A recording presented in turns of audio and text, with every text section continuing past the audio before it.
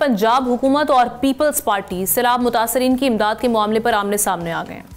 बिलावल भुट्टो ने सैलाब मुतासरीन को बेनज़ीर इनकम सपोर्ट प्रोग्राम के तहत इमदाद देने का मुतालबा किया है।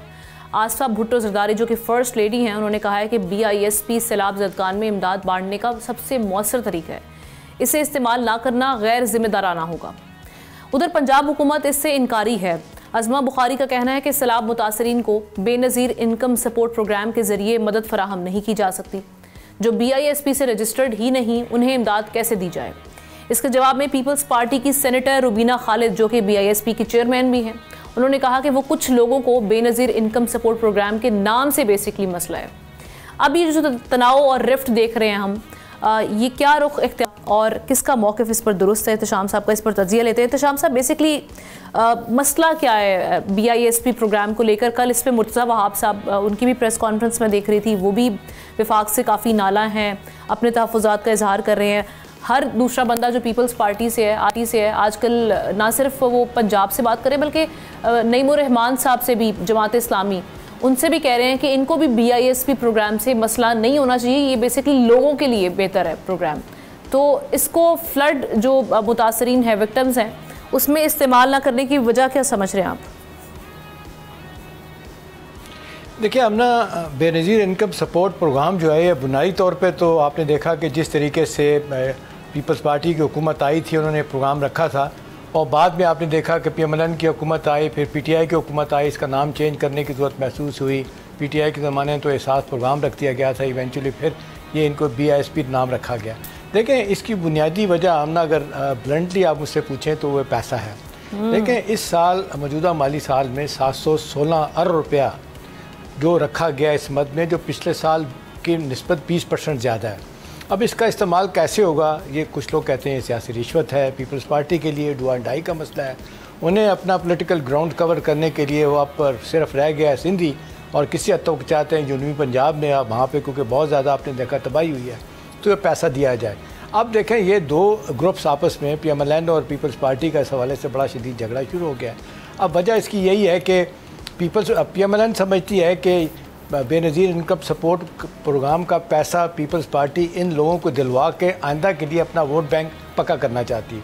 जबकि उसूली तौर पे देखा जाए इस वक्त तो मेरा ख्याल है इस बात से हट के आमना कि ये BISP का प्रोग्राम किसके लिए है, किसके लिए नहीं है। होना ये चाहिए कि इस वक्त मुतासरीन बड़े दुख में, तकलीफ़ में है।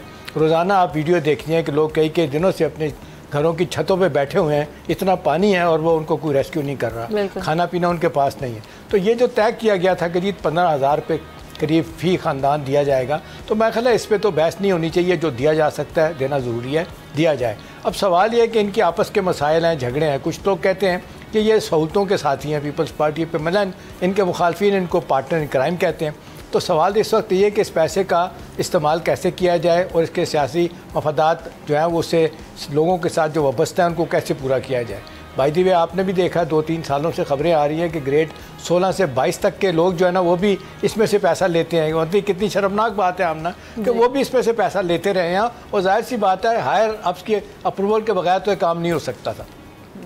अब सवाल यही है कि अब एक तरफ तो वो अज़मा बुखारी साहब इल्ज़ाम लगाती हैं कि जी सिंध को तो आर्कियोलॉजिकल र्यून में तब्दील कर दिया गया है, वहाँ कुछ भी नहीं है। उधर से वो कहते हैं कि जी आपने पंजाब में क्या किया है, आप 12 करोड़ का सूबा है, आपने वहाँ लूट मार बिछा रखी है, और सिंध उसमें गंदम का और शुगर का आए दिन बुरहान रहता है।